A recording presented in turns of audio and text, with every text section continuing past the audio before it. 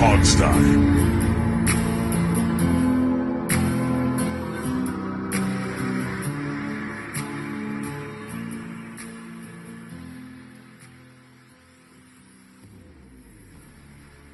Hello, everybody. Happy holidays as we approach Christmas and Hanukkah. And welcome to the Hogsty. It is me, your host, Alex Zeese. We got Steve, we got Dave. Uh, guys, we are in the second half of the bye week. Is everyone well rested? Did y'all like rejuvenate, gain some, second Well, wind for I'm the trying to final get part of the over the season? insult that you just insulted me. So that's what's principally on my mind because she said Happy Hanukkah, which is great, and then Happy Holidays, but you didn't actually say Merry Christmas. And so I'm Well, I deeply said offended by Happy this. Hanukkah and Christmas. You That's didn't say Christmas, though. You said I mentioned holidays. Christmas.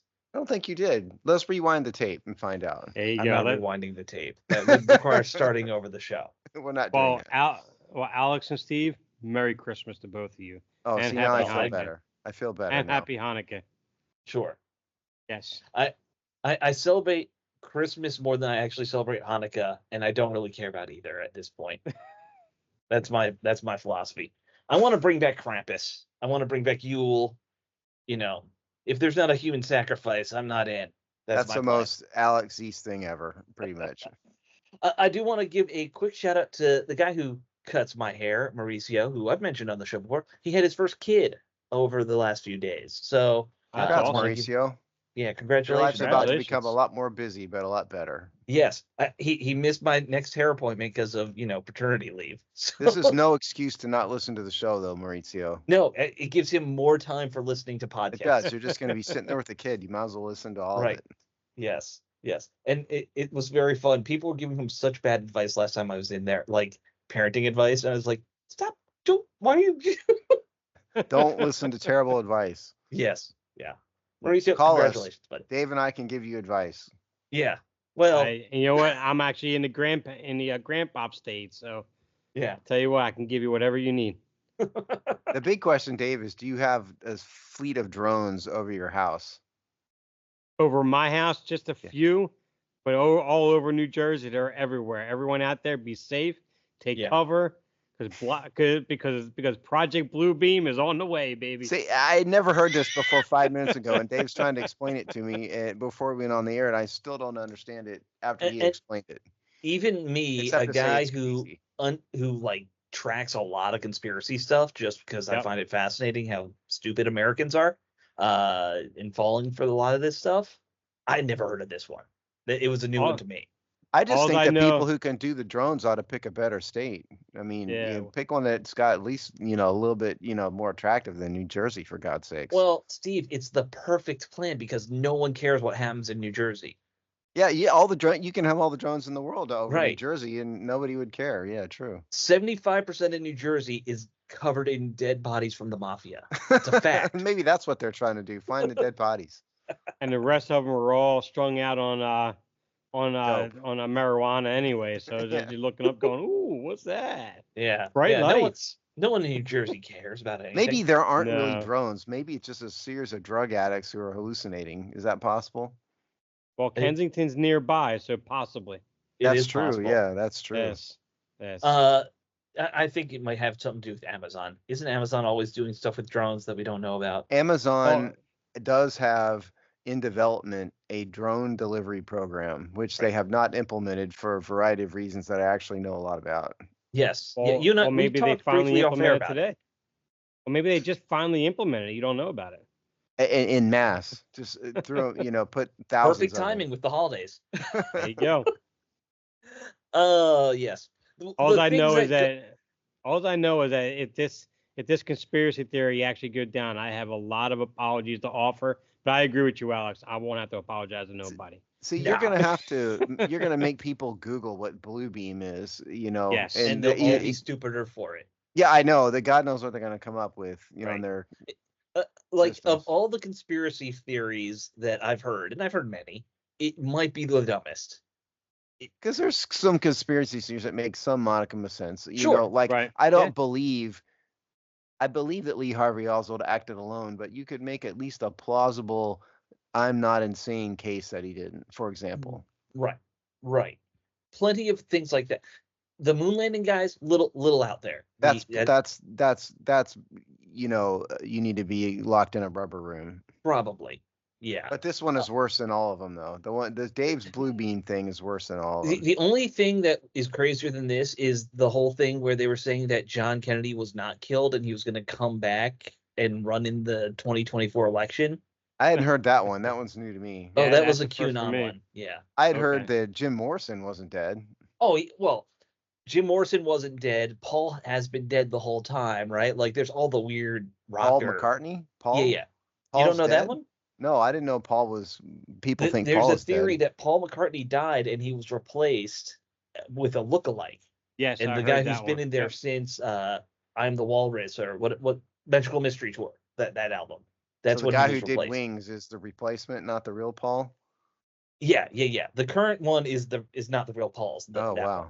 Yes. that one's pretty out there too. That's pretty comical. But none of this compares this blue beam stuff, and so we're gonna No. leave that hanging for you people who are conspiracy nuts. Go Right. go Google it. And just know neither Steve nor I respect you. True. And Dave doesn't Dave either. wants to punch you all. Dave was making fun of him. None of us respect you for it. Right. Yeah, I actually got pretty harsh with a few of them, including like there's a padded cell for you, things like that. I mean, Right. Yeah. Hey. I won't mention what conspiracy, but a coworker mentioned he believed in one of these recently, and I was like, oh no, I used to really respect this guy's opinion. I can't anymore. Because there's Oh, all kinds of like 9/11 conspiracy theories that are Sure. just like openly insulting, and Yeah. Sure. And look, even on that one though, like if you're like, I don't understand how these towers fell like that. Okay, I can understand the confusion with that, but like then they go down a rabbit hole. It's like the person, I have a degree in psychology, but I don't understand the engineering science behind why a building falls. I mean, that's Sure. not a conspiracy theory. That's a lack of knowledge. Exactly. But I understand at least wanting to ask that question because I didn't understand it, but I listened and I was like, oh, that makes sense. And the government didn't do it. No, Newsflash. the government did not do that one. Wait, what? See, yeah, there you go. All right, let's Uh, refocus this thing. You can get crazy. Yeah, get less crazy. Yeah. Washington had a bye week. We had some interesting news come out today about injuries, though, and I think it's kind of a big deal. Dan Quinn, in his press conference today, says Noah Brown is probably out for the rest of the season with an internal injury. Steve, you said you found it. Where was it? Well, I have the injury report for the New Orleans game, and we can go over the whole thing later, but it's got Noah Brown listed as a kidney. A kidney injury that he sustained in the last game. Which, how Yeah. did we not find out till today is a little surprising. Well, to me. the answer is they don't have to tell you.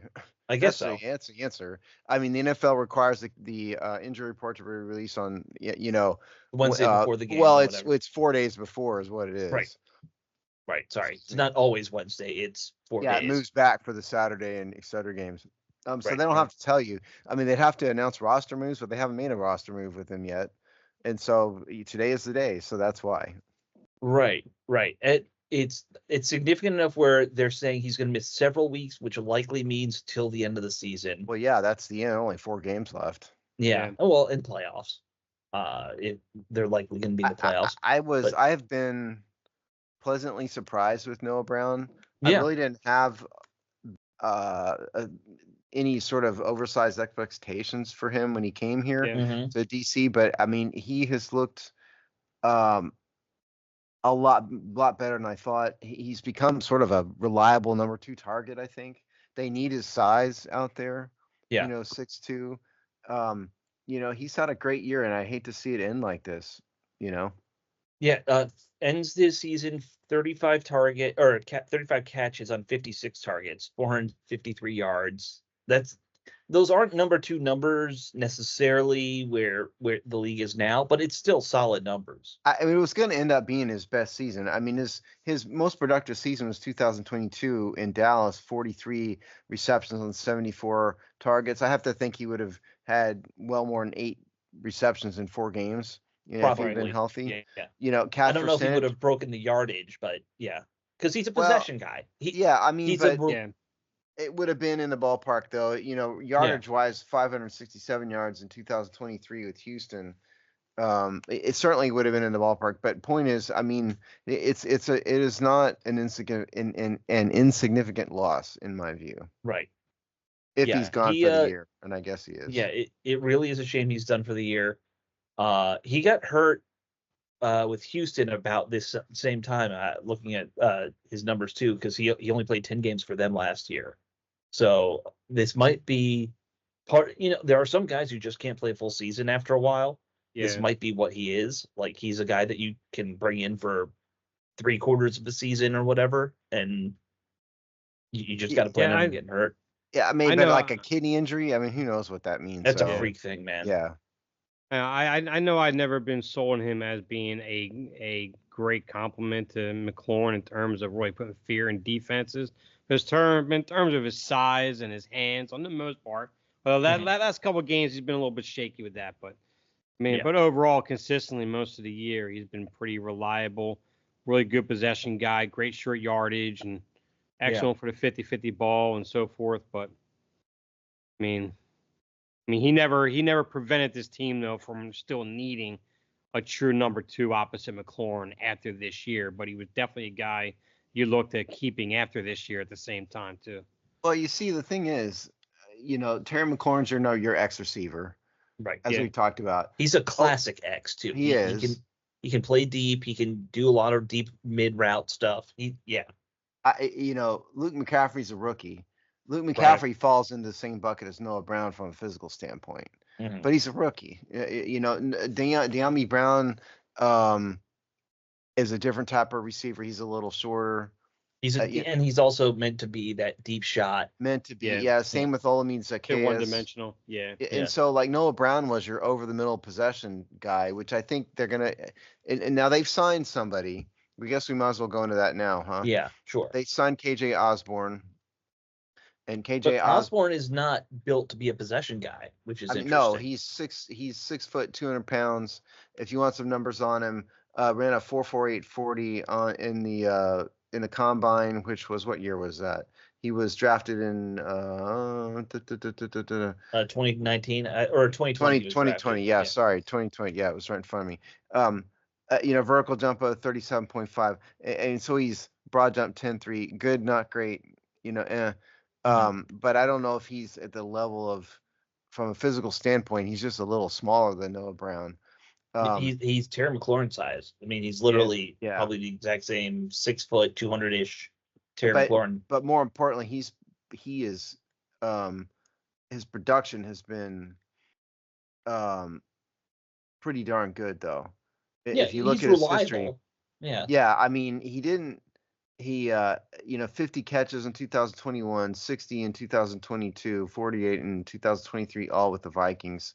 655 yards in 2021. Now he was sort of a half, maybe 50% part-time starter. 2024, I don't know what happened to him did he get cut with the Patriots? I didn't have a chance to look this up. No, he was with the Patriots early this year. Yeah, the Patriots just released him. We picked him up. I don't know if he did much this year at all, to be honest. I haven't heard his name much at all this year. So I got his 18 targets, 7 receptions, 57 yards. Right. And 1 touchdown. And so the Patriots just weren't using him. They weren't using the him. Patriots have been putrid too. Right, exactly. Yeah. Because actually his best year, I do believe, came when Thielen went down, which was his second year, where you said he had 60-some catches, right? Yeah. The second season. Mm-hmm. And that was the year that Thielen went down. He was opposite Justin Jefferson, and they had T.J. Hawkinson. I think that was Hawkinson's rookie year, actually. Mm-hmm. It was 2022. He had 60 receptions. Okay. In 2021, which is the second year, was 50 receptions. Right. But so in the ballpark, though. Here's the thing: if you're looking at those raw numbers, those are what I would call good number 3 receiver numbers generally. If you're in that 600 yards a season range, which is where he was at. We don't know why, because I haven't paid attention to why New England's been terrible and why Osborne hasn't played well for them.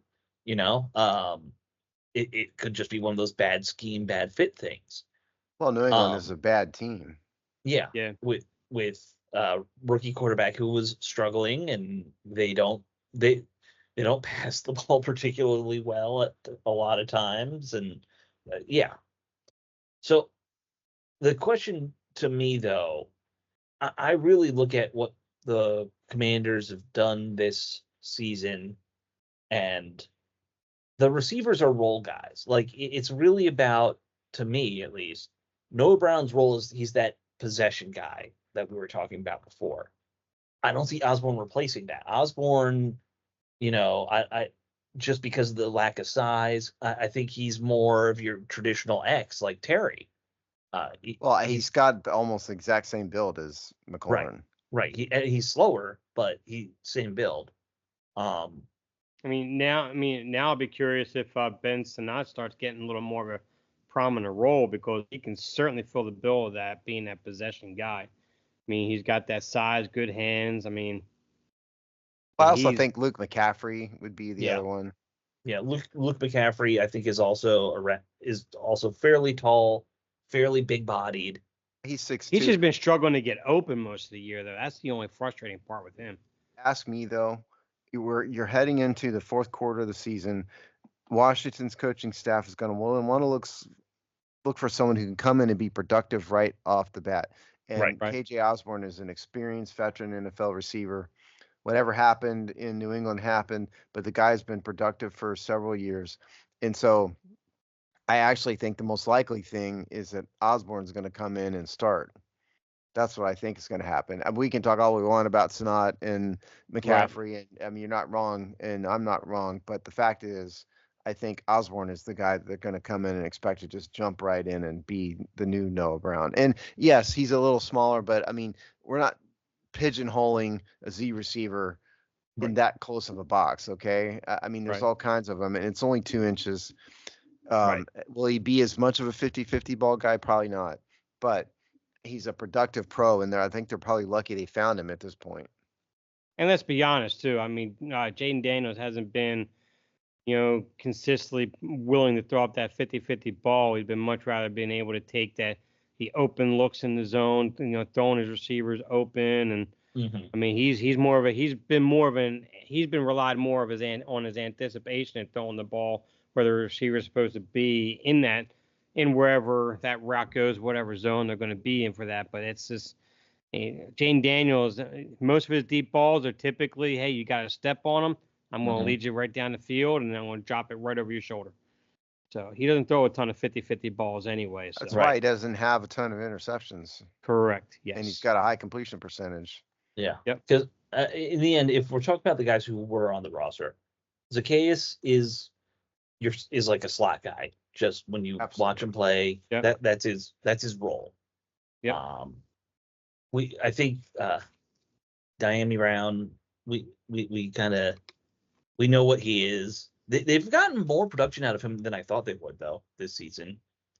I think they found a nice role with the screen passes for him. And he's not looked terrible. He's looked at least like he's filling a role to a certain extent. Yeah, he's filling a fourth receiver role, but he's at least producing, which is more than you can say under the Rivera regime.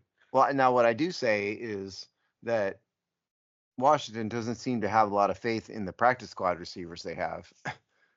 Because they signed somebody, and they have three receivers on the practice squad. Bryce Tremaine, who we've seen before, Mitchell Tinsley, who we've seen before play here and there. Right. Michael Strachan, I don't know much about him. He's been on there for a while. Strachan, sorry. But obviously Washington didn't believe in any of them. No. And I honestly don't blame them. You never know. They've brought running backs off the practice squad before, and who knows? But this group certainly they don't. Right. It does make me wonder, how much are they focusing on with the young player, these younger receiving weapons at tight end and receiver? Are they more? Did they kind of come into this season thinking, all right, we're just going to let these guys develop for a year and not put any pressure on them? I wonder if that was part of their plan from the get-go, and it's hard to get out of that once that was your plan. I don't know. Bryce Tremaine and Tinsley have both been. This is not the first year they've been here. Tinsley's been here a few years, hasn't he? Yeah. Just never really cracked that. I think this is Strachan's third year, I think. Oh Came yeah, out of you want Indianapolis. here? I can tell you because I have my chart with a whole bunch of columns on it, so I have all Yes, this stuff. I pulled up your chart for something we're going to do later, and I had to delete a whole bunch of columns. I've deleted a bunch to publish it too. You should see what it's really like. Right. So Strachan was a seventh round pick in 2021 of the Colts out of Charleston. And the other two were 2023 undrafted free agents. So this is year 2 for both for Tinsley and Tremaine. Mm-hmm. So there you go. Yeah, there we go. I mean, it'll be interesting to see how they do replace him, because I don't think that's going to be an easy task. I mean, the bet money ought to be on Osborne. Oh yeah, I think you're probably right. That's the safe bet.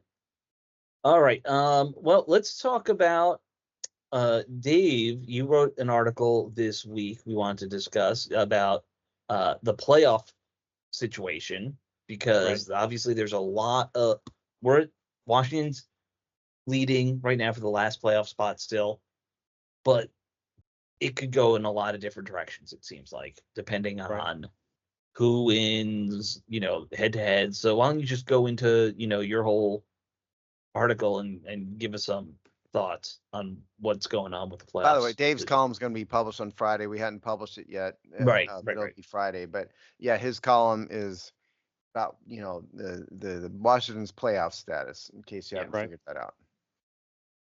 So like right now, as we know, Washington 8-5 can control the 7th spot right now. And of course, when you get into tiebreakers, you're looking at head-to-head and your conference records, and then common opponent records. Common opponent records, you can read my column for that. But as far as the conference records, the only team right now in contention, which the Atlanta Falcons, have a better conference record, 6-3 compared to Washington's 5-3. But the Falcons need a lot of help with 6 and 7. Falcons would have to tie Washington in week 17, and then Washington go 0-3-1 in that stretch for them to even have a chance to overtake them in that playoff spot. More likely, the only way Falcons are making the playoffs is if they win a division over Tampa Bay, which now you have Tampa Bay, who have a 6-3 conference record, and they have a head-to-head win over us. But Tampa's in first place, so they're in first place. Yes, correct.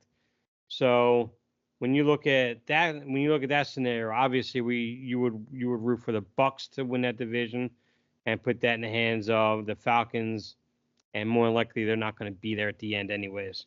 The Rams is our primary competition. They're 7-6. Now they have a good shot at still winning the division over the Seahawks at 8-5. But both of those two teams, whichever one we go down a race with, we have a 1-game advantage in conference record against both. And since we didn't play either one head to head, that's going to be the biggest the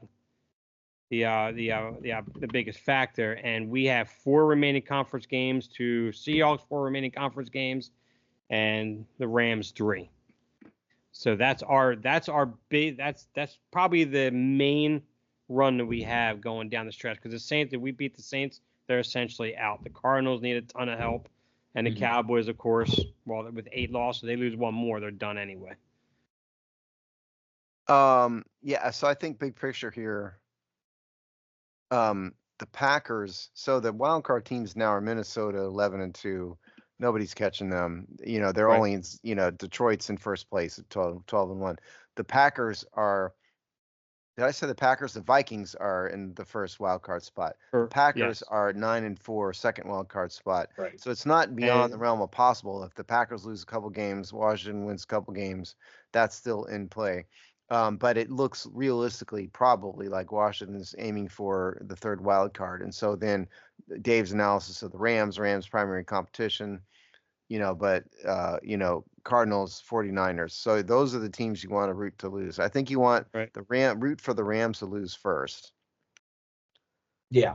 And the thing that gets really interesting is it's not just these teams in the West, it's the teams in the South, and who ends up finishing first place in the South. Looks like it'll be Tampa, but the South is still fairly open. If Atlanta can get their act together again, I think they could have a chance. But I think that's a long shot. But Well, right now they look like they're about ready to go to Michael Penix Jr. for their quarterback. yeah, If not this week, probably most likely the following week. So Remember we'll when know. we all laughed at them when they drafted him Yep. because they had Cousins? yeah. Yep. Well, I also kind of laughed at them going and giving Kirk Cousins all that money for a guy who's getting up there in quarterback Kirk years. Cousins is a con artist. He's a great con artist because his career record's still going to be like sub 500 wins and losses at the end. Yeah, we don't need to go into Kirk. That's a whole nother No. show. Yeah, Another show. Yes. But point is, the NFC South is going to have one playoff team most likely. Mm-hmm. And obviously, by the way, we didn't say this, but it doesn't need to be said. Washington needs to win games. Okay, Mhm. if you want a quick overview of where Washington is, I'm sure everybody knows this, but Saints this week: Eagles, Falcons, Cowboys. Right.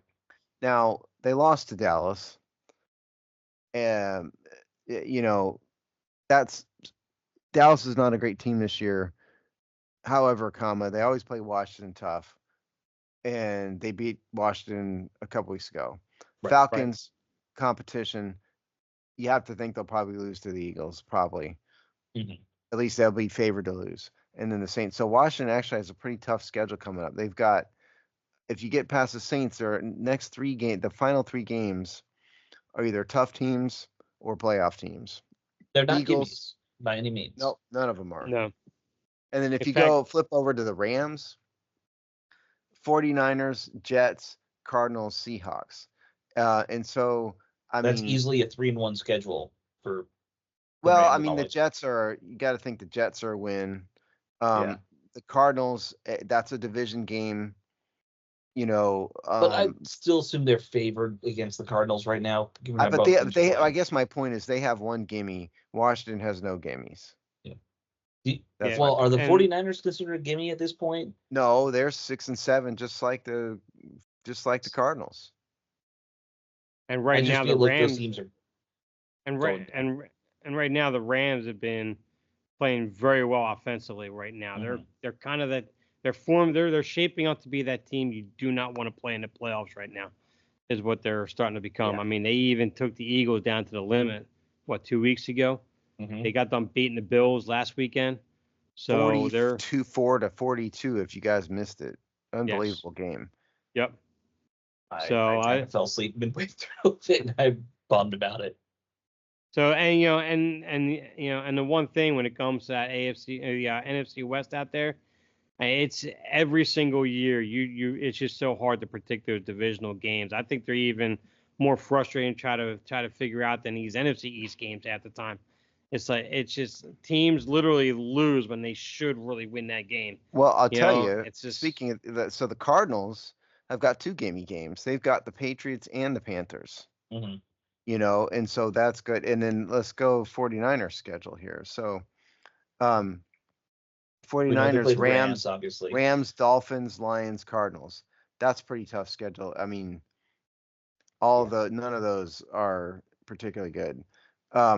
So it looks to me like Washington and the 49ers have the hardest schedule. The Cardinals by far the easiest, followed by the Rams.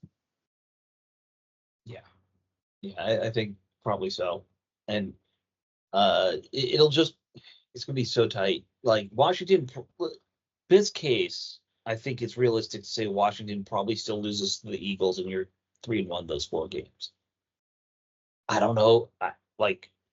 If one of those other teams runs the table, you're just out. That's all there is to it. I just have a feeling that Lattimore coming in this week, Dan Quinn finally gets a shift in his defensive scheme to more where he runs more what he wants to run. Mm-hmm. Where he's going to have Jeremy Chin more into the box. He's going to use him more on the pass rush. They're going to get home a little more often because they have one of the better pass rushing, one of the better pass rushing lines or fronts in the league. So it's that game against the Eagles. If Lattimore is healthy, which he looks like he might be right now, it changes the dynamic of that game. I'm not saying we win the game. I don't think the Eagles come into Northwest Stadium and run all over them either at the same time. I think that's going to wind up being a pretty good potential statement game for Washington, win or lose, going down the stretch. Oh, there's no doubt about that. The Eagles, Yeah. yeah, of course, yeah, absolutely. I mean, and by the way, the Eagles need to make a statement as well. The Eagles Yes. collapsed in the second half of the season last year. They haven't been completely on top of their game this year. You know, I They would almost say, lost to Carolina. right, yeah, Yeah. and so I think the Eagles. So that, Washington can't catch Philadelphia's going to win the NFC East. There's no doubt. Yes. Washington can't catch them realistically. No. Right. But I think it's going to be a statement about what sort of team the Eagles actually are. Yeah. Is it just Detroit's game to lose, conference to lose now, or are the Eagles legitimate competition? We will find out when they play Washington. Yeah. I mean, that's going to be a fun game at least. To another good, like a good second litmus test. We saw what happened the first game. Can you come back and play better? And I also would not be a bit surprised if Jaden Daniels has that date circled after that Thursday night game.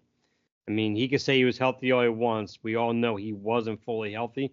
We could tell by his pass attempts and how off target he was. One of his worst games all year. And if he was on target in that game early on, Saquon Barkley doesn't have as early success as he did. It would have been pushed further into the fourth quarter, in my opinion, because we would have to get the game that much tighter. We wouldn't have had those quick 3 and outs in the second half. He's got that game circled. How he responds in that game, we'll find out. Yeah.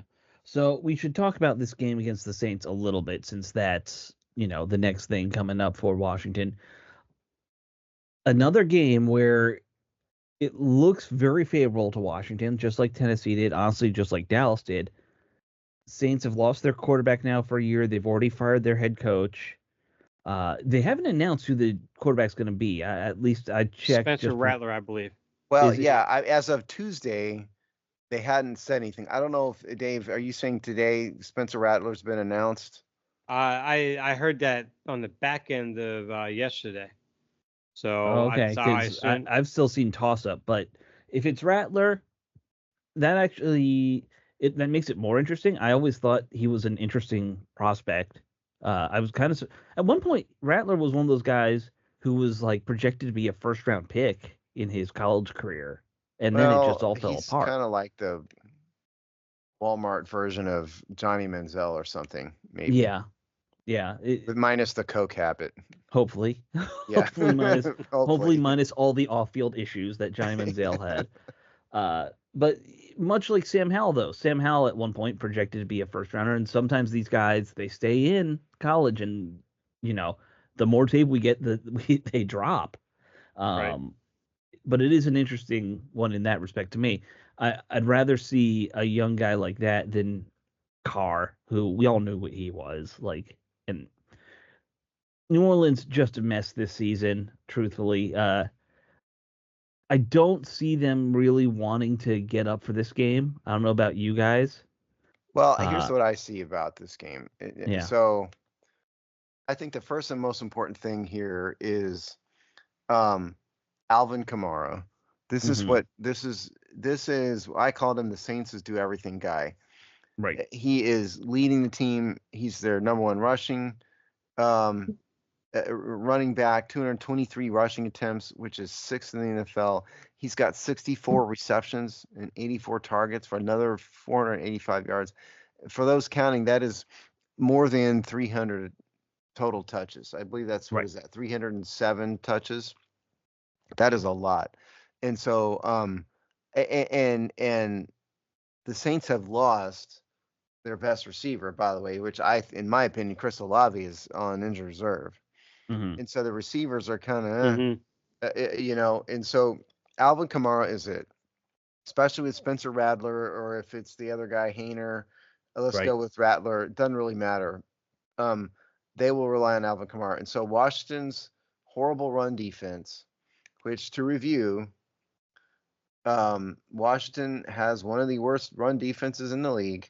Mm-hmm. And opponents are averaging 4.8 yards per attempt, which is tied for 29th. Followed by the Saints in last, by the way. but we'll get to the Saints. But now Kamara hasn't done spectacularly well in this role. He's only averaging 4.2 yards per carry. Okay, but I'm saying that's the do everything guy. So that's number one. Number two, they need to make life miserable for the quarterback. Spencer Rattler's in there. They need to figure out how to blitz, they need to make him immensely uncomfortable. And number three, I think the key, they need to get an interior running game going. The Saints actually have a pretty good pass defense. Statistically, they have a very highly rated pass defense. Their run defense stinks, horrible. So this is the run game. So that's my three, and then I'll shut up. Focus on Alvin Kamara. Mm-hmm. Relentlessly blitz the quarterback. Interior running game through Brian Robinson. Those are the keys to the game. So you mentioned Kamara's numbers, and just to appreciate how much he is their only weapon, the number 2 rusher was Taysom Hill, and he's, by the way, done for the season too. He's hurt. 39 rushing attempts for Taysom Hill versus the 223 that you mentioned for Kamara. And their number 2 receiver, Johnson, 34 catches to Kamara's 64. That's comical. Like how little they're using other players and how it's literally just him all the time. It's an army of one. It literally is. I don't know of any time in NFL history where a guy's been that much like the sole weapon. NFL history is a long time, man, but certainly maybe in the modern game, it's very unusual. Yeah. But even if you were to go to like Marshall Faulk, LaDainian Tomlinson, guys who were dual threats like that, I don't know if they were ever that much the leader. Yeah, I don't know. I'd have to. What are your thoughts, I'd have Dave? to dig in. That's insane. Well, I mean, take it for what it's worth, because their last 3 games are against the Browns, Rams, and the Giants, right? Yeah, they played the Giants last. Yep. Right. And they've allowed for the last 3 games an average completion percentage of just below 60%. With Stafford having the best of the game, obviously on 14 of 24. Mm-hmm. I think their secondary, their defensive front has been playing well across the board, because in the last 3 games they've been allowing only 15.3 points per game. So now, granted, it's against Cleveland. You know, they up 21 against the Rams, and then Cleveland didn't do much, and then you had the Giants. So really have to take into account what the opponents they played. I mean, all in all, with with Rattler in there, potentially, I believe it is going to be Rattler. I think defensively they should be able to attack him, control that running game. I don't think New Orleans is going to be able to do much at all offensively, because Olave out, Taysom Hill out. I mean, their only real weapon is Kamara, and like you said, Steve, averaging 4.2 yards per game. It's not like he's been great running the game. He's been great receiving out of the backfield as per normal, but still, that still falls on. It's not O.J. Simpson out there and running. Yeah, ball. Right. Yeah. But now that falls back on the fact of who their quarterback is again. So it's all going to be dictated by him, and Rattler, well, he's not real good. Okay, so injury report. As we said, Noah Brown, DNP. Zach Ertz and Cleveland Farrell were both DNPs, but they're listed as rest. Hamstring and knee injuries, but rest. So you've got to assume they're going to probably practice Thursday. Zane Gonzalez, who's the backup to the fill-in kicker, he is limited, left foot problem. Quan Martin, shoulder, limited. And then Jameson Crowder, Dante Fowler, Noah Ignabony, Marshawn Lattimore, Jordan McGee, Tyler, Andrew Wiley. Now, Andrew Wiley is in the concussion protocol. He's listed on the injury report as game day concussion protocol, CPE. And so that either means he has been cleared to practice and he needs to be cleared for games, or it means that he's been cleared for games. I'm not 100% sure what that means just based on the injury report. Saints, obviously, Carr is out. DeMarco Johnson, Alvin Kamara was listed as an illness DNP, and then Juwan Johnson, the other one that matters. So that is injuries. All right. Yeah, Washington is definitely starting to rack up some injuries of late. They really are, yeah. Especially on offense, which is not great. Losing, I'd say, your second and third best receiving targets, and then Not your great. your right tackle, who, let's be honest, not good, but that might be addition by subtraction there. Yeah. All right, let's talk about this defense. You guys are kind of mentioning it. They're better on defense, right? But I don't know. I don't know if you guys have any strong feelings about, you know, covering the defense a lot. I know Are we we're talking also about getting the close. Saints defense or Washington's defense? Uh, the Saints defense. Saints defense, I do have. Okay. So it in some respects, from a statistical standpoint, it doesn't look that different from Washington. Mm-hmm. You know, the Saints have given up 292 points compared to Washington's 296. As for example, pressure percentage, which is a number I like. Pressure percentage is all the quarterback pressures, meaning hurries, knockdowns, and sacks. And like the Cowboys are number one in pressure percentage at 28.5.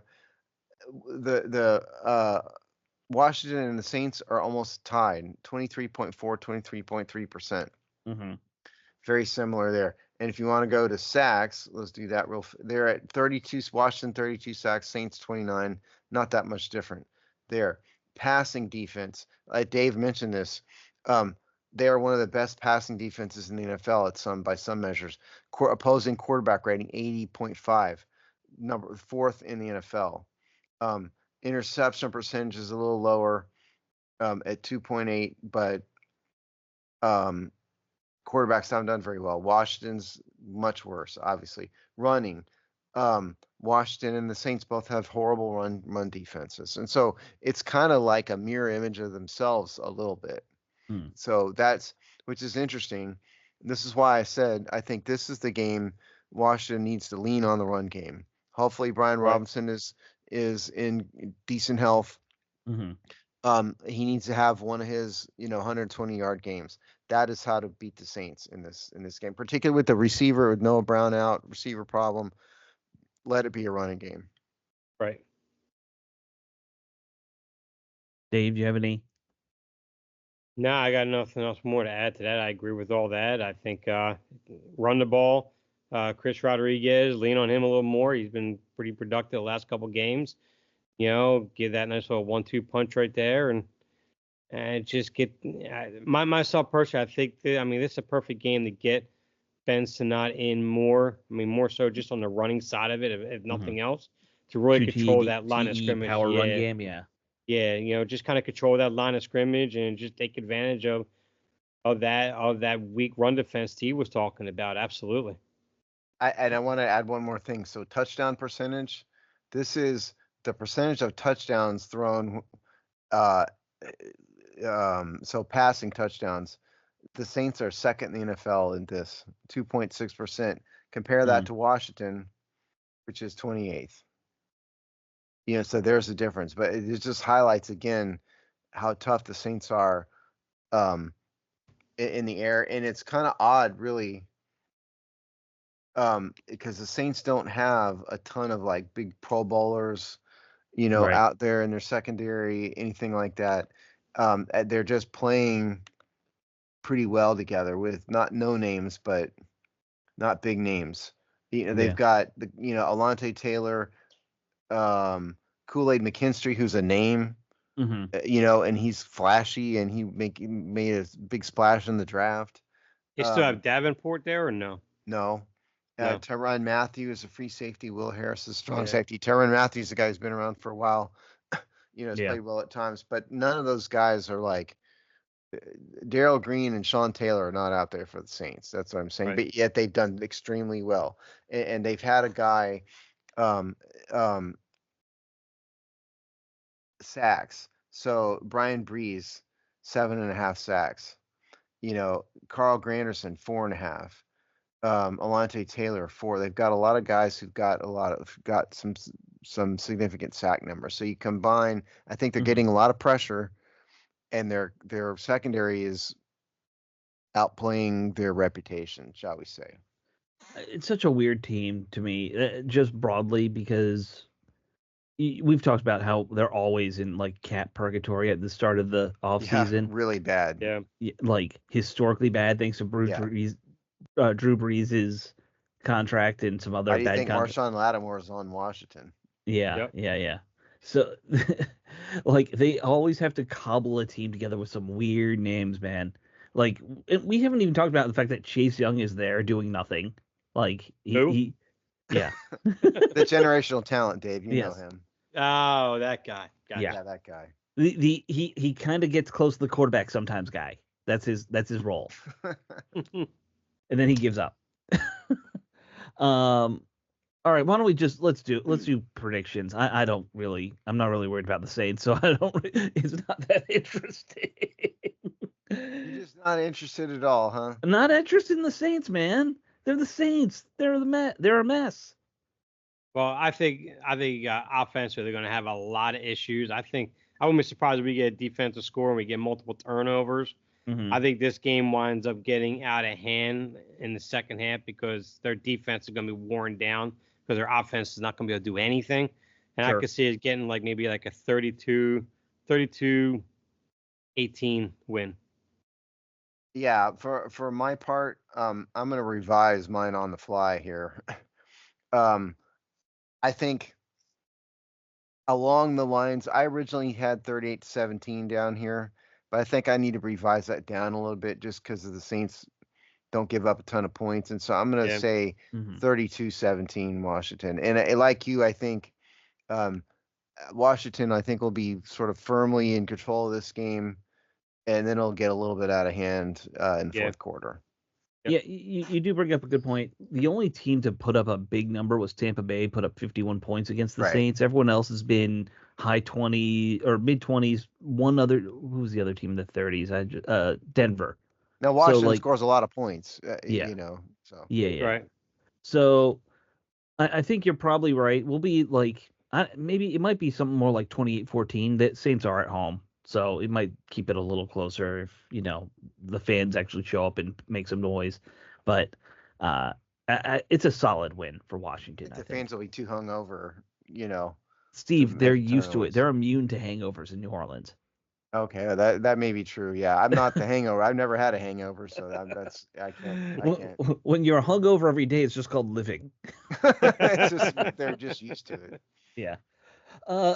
So we are kind of at time. I don't know if we wanted to play my little thing I had mentioned, my idea that I had mentioned for. Oh, we this have awesome- time. What are you talking about? We have a few minutes. Okay, we have a few minutes. All right. Yeah. So one of the little topics I wanted to bring up, since we are in the bye week, this team has a ton of guys that they brought in 40 something players in the offseason. It was ridiculous. Yeah, a lot. Yeah, and they have, by my count, based off of Steve's handy dandy chart, 39 guys on the final year of their contract on this roster in Washington. So I wanted to go through. I'm not going to go through all 39 because that's ridiculous, and you don't care about the practice squad guys and the backup guys. I want to go through some of the big names though that they brought in and some of the guys on the last year of their deals, and we're just gonna play keep them or let them go next year. All right. Based off of how they performed. So I'm not doing this in any particular order. I'm just kind of scanning the list. Cleveland Farrell brought in this year. He's one of Dan Quinn's guys from Dallas. Would you bring him back, or would you try and move on, find a better defensive end next year? I mean, I think I'd keep him. And not if he wants huge money, but I'd keep him for like a moderate couple year deal. Yeah. Right, and he's making something like 3.7, 3.75. Yeah, his contract is $3.75 million this year. Yeah. Yeah, no, I keep him. All right. The next one's going to be tricky. Obviously, Bobby Wagner. Age is a big factor here, but Hall of Famer. I mean, I'd do another 1 year with him. I wouldn't go more than that because of his age. Yeah, But I would absolutely. I would absolutely give him 1 more year and give Jordan McGee another year under him. Absolutely. I think the conversation is Dan Quinn goes to Bobby Wagner and says, "Hey, Bobby, do you want to retire? No? All right, here's a contract. It's $1 million more than you had last year. Does that work? Cool. Get back to the locker room." Very well. Very likely. Yep. This one surprised me how well Dante Fowler's been playing. I definitely would want to keep Dante Fowler. Like, that's a guy, I know he's older, 31, I think. But what do you guys think, Dante Fowler? I think he's another one that for the right kind of mid-price deal, yes. I think Washington is going to look for a more elite tight end, probably. You mean defensive end? Or I'm right? sorry, defensive end. Yeah. But I would definitely make an effort to keep him. Yeah. Yeah, I mean, I think they have no choice but to keep him at least one more year. I mean, for the Mhm. right money, because they really don't have anybody else right now.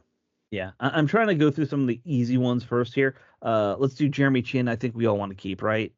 Multi-year deal, absolutely. Make him one of the higher paid safeties in the league. I'm all about that one.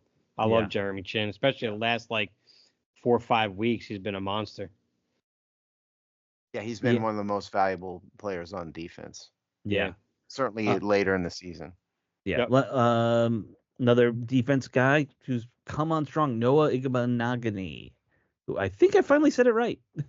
You're close. It's ignominy, but yeah, you're close. Ignominy. Yeah. It's that first B in there that. None of this secondary impresses me too much, but it's hard to really judge when Lattimore hasn't been out there because he's really the number one, and that kind of changes everybody else's roles. So I'm going to defer on that. I don't think for me, I don't know if I have enough information on this one yet. Myself, for what little I've seen of him, I'd much rather have him going forward than Benjamin St-Juste, to be honest with you. So that I agree with you on. Yeah. If you're forced to keep one or the other, it's definitely him, not St-Juste. Yeah. And I don't think they're keeping St-Juste. He's also on the final year of his deal, I believe. So yeah, it's the final year of his rookie deal. Yeah. Yeah, rookie deal. All right, now let's get a little tougher here.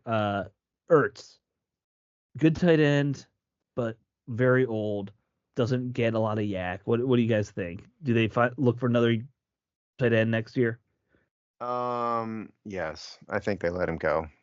Yeah. If your question was what would I do, I would let him go. Yes, that is kind of the question. Yeah, I think it's one and done for him because, I mean, you position yourself for Sanat. You have Bates. You need to draft another tight end most likely. You got to move on from that. You can't keep on. Are you sponsored by Sanat, Dave? I'm just curious. Is he paying you to keep shouting his horn for? Dave's got an NIL deal with Sanat.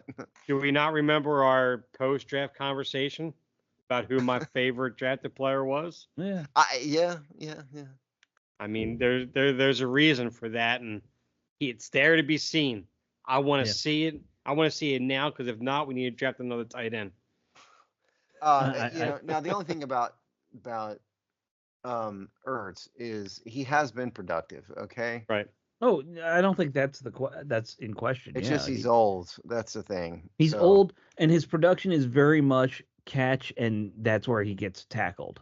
So I mean, he's not a yak guy anymore. I mean, if Dave's boyfriend, shows something in the last couple of weeks of the season, yeah. But if they don't, I mean, I may change my mind. You know what? I'm gonna say they ought to keep him another year. He can go another year. He's too productive. So I'm changing to keep. Here's my thing. He's great for a number 2. They need someone else to be the number 1 if he's here. Like that, they need to find somebody who can be a more productive tight end and have him just be a good second weapon at tight end. Like Tyler Warren. Sure. And State. I'm open to anything. All right. Other receivers. Zacchaeus and Brown. Noah Brown. And I guess also Dyami Brown is. I'd let Dyami Brown go. Noah Brown keep. Zacchaeus, I can take him or leave him. He's not going to get big money anyway. He's on a minimum contract. They may re-sign him, but okay. Noah Brown's the only one I'd probably keep of that group. The only way I would keep Zacchaeus is if they strike out in free agency on a receiver and they don't get the guy they want in the draft. Okay, fine, bring him back for the back end of the roster. Yeah, I mean his contract this year is $1.275 million. I didn't literally mean the minimum. I just meant small contract. Wouldn't make a big difference. So all 3 backup quarterbacks are technically on a 1-year deal. I actually think Marcus Mariota is the perfect backup to Jaden Daniels. Yeah, okay. I think 100% he should be back. Yep.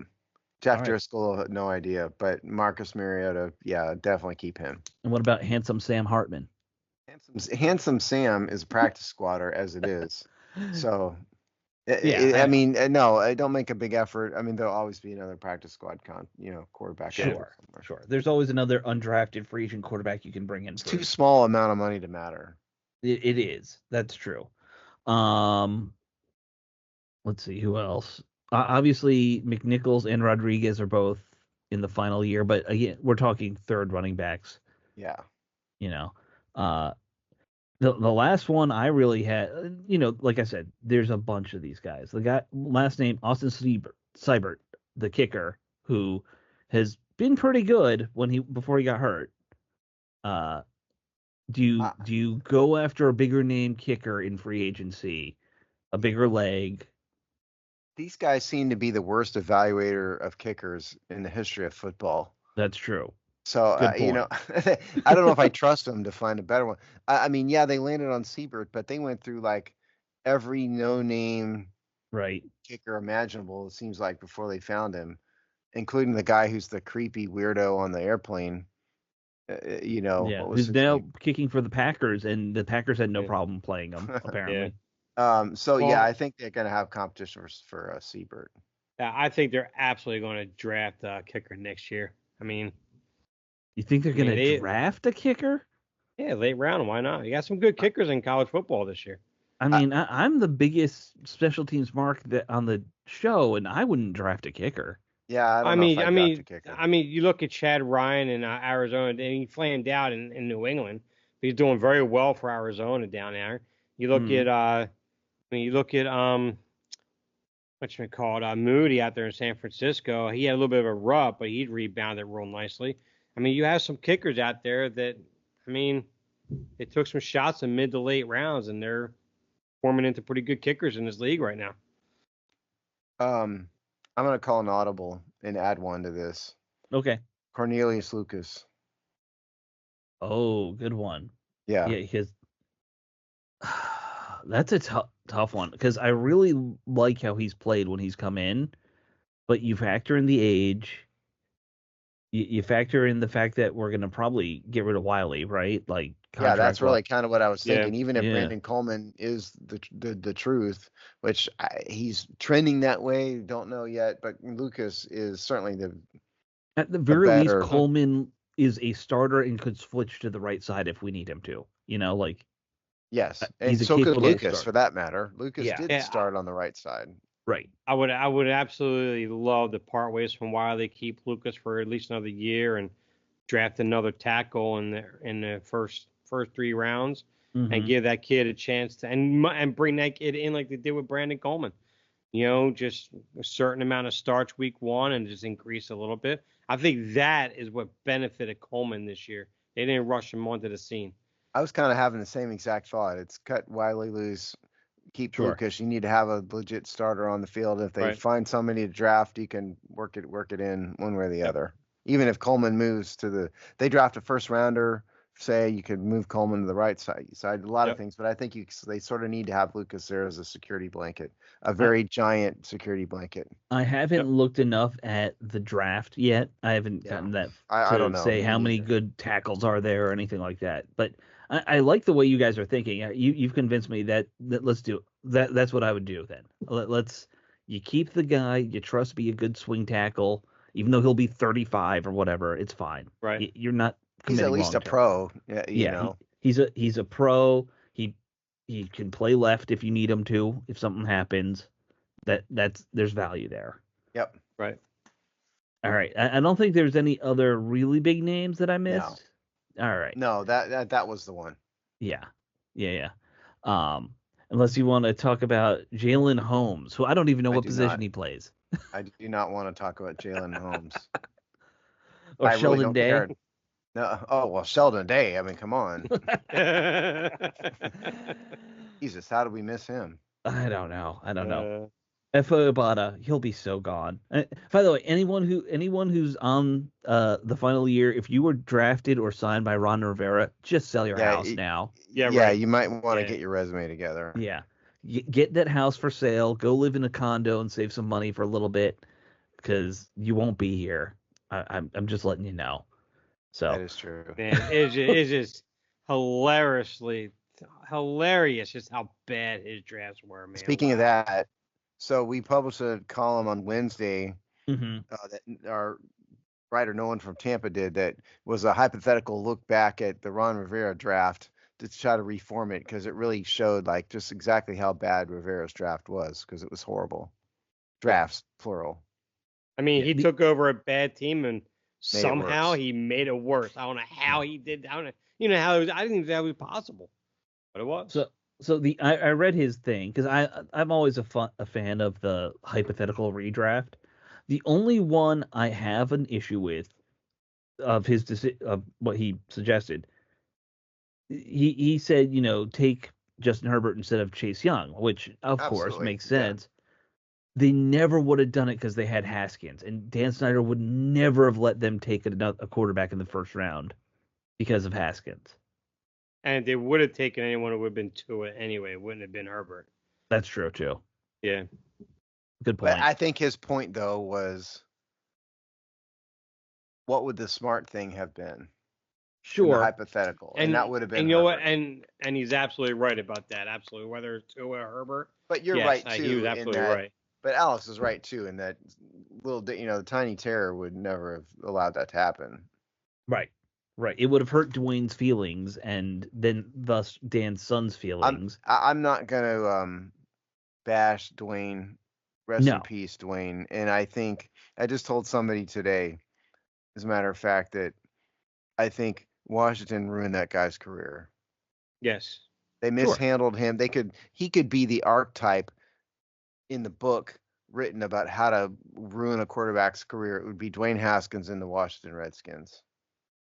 And the absolute worst part is Kevin O'Connell had him on a trajectory upward For a while. and Ron Rivera saw that and said, you know what, I want you at any cost to stay as offensive coordinator. I'm not bringing in Scott Turner. No, he had to bring in Scott Turner anyway. And we're probably potentially not even talking about Jane Daniels in a Washington uniform today. Washington's ruined a lot of quarterbacks.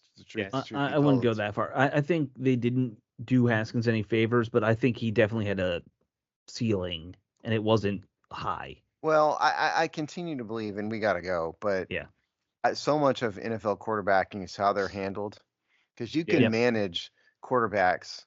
Put them in the right system that fits their strengths. Yeah, exactly right. We agree. Look at Brock Purdy, perfect example of that. That's a great example. Yep. Yeah, who's the guy who won the Super Bowl with the Ravens back a billion years ago? Trent Dilfer. Yeah, another example. Right that system was don't throw the ball, just keep handing it. I get it, but the point is, there's been a lot of quarterbacks who are handled properly and do very well, and that could have been Haskins. Absolutely. You could have built a system around what he did. Could have been RG3. I mean, again, Washington has mishandled a lot of quarterbacks. Yes, I know fans hate RG3, and he's certainly partly at fault for his ego and all of that. But Washington horribly mishandled him. Just did an atrocious job of handling him. Yeah. Yes, you could write a book on it.